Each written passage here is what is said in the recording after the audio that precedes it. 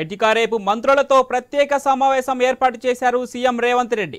ప్రజాపాలన దరఖాస్తులపై చర్చించే అవకాశం ఉంది. అలాగే రైతు బంధు అమలు, నెల రోజుల పాలనపై సమీక్ష చేస్తారని తెలుస్తోంది.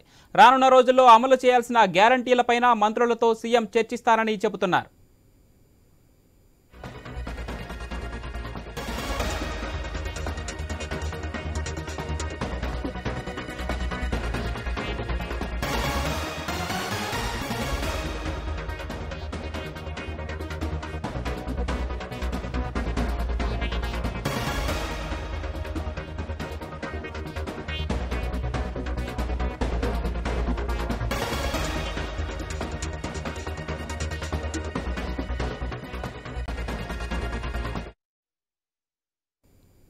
రేపు మంత్రులతో ప్రత్యేక సమావేశం ఏర్పాటు చేశారు సీఎం రేవంత్ రెడ్డి. ప్రజాపాలన దరఖాస్తులపై చర్చించే అవకాశం ఉంది. అలాగే రైతు బంధు అమలు, నెల రోజుల పాలనపై సమీక్ష చేస్తారని తెలుస్తోంది. రానున్న రోజుల్లో అమలు చేయాల్సిన గ్యారంటీలపైన మంత్రులతో సీఎం చర్చిస్తారని చెబుతున్నారు. రైట్ ఇక ఇదే విషయానికి సంబంధించి మరింత సమాచారం మా స్పెషల్ కరస్పాండెంట్ సురేణ్ ఫోన్ లైన్లో అందిస్తారు. సునీల్, డీటెయిల్స్ ఏంటి? సీఎం ప్రత్యేకంగా సమావేశమవుతున్నారు. నెల రోజుల పాలన, అదేవిధంగా ప్రజా పాలన దరఖాస్తులకు సంబంధించి ఈ సమావేశంలో చర్చించబోతున్నట్టుగా కూడా తెలుస్తుంది.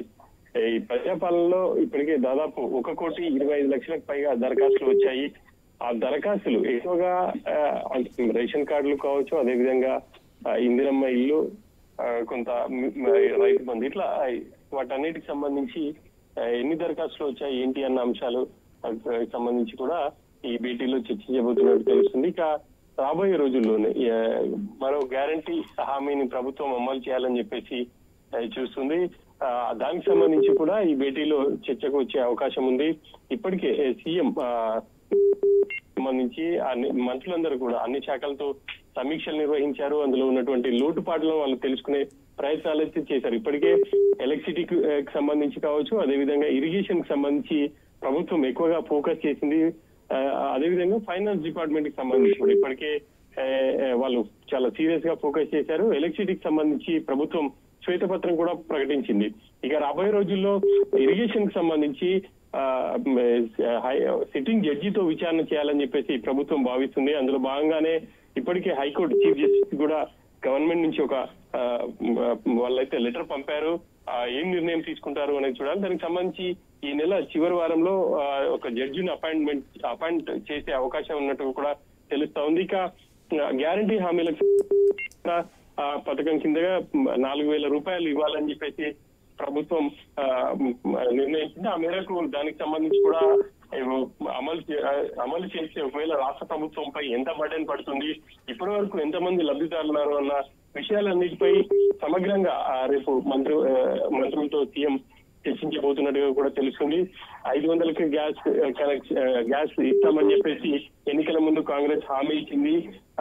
మరి గ్యాస్ సిలిండర్ కి సంబంధించి వాళ్ళు నెక్స్ట్ అమలు చేయబోతారా, లేకపోతే చేయుత పథకంలో భాగంగా 4,000 రూపాయలు ఇస్తారా, లేక వీటన్నిటికి కాకుండా గృహ అవసరాలకు సంబంధించి 200 యూనిట్ల వరకు ఫ్రీగా ఇస్తామని చెప్పారు, దాన్ని అమలు చేయాలి.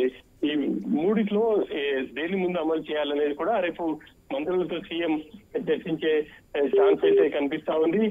ఇవి 3 హామీలకు సంబంధించి పార్లమెంట్ ఎన్నికలకు ముందే అమలు చేయాలని చెప్పేసి ఇప్పటికే ప్రభుత్వం నిర్ణయించింది. ఆ మేరకే రేపు మంత్రులతో వీటన్నిటికి సంబంధించి సీఎం అయితే డిస్కస్ చేయబోతున్నారు.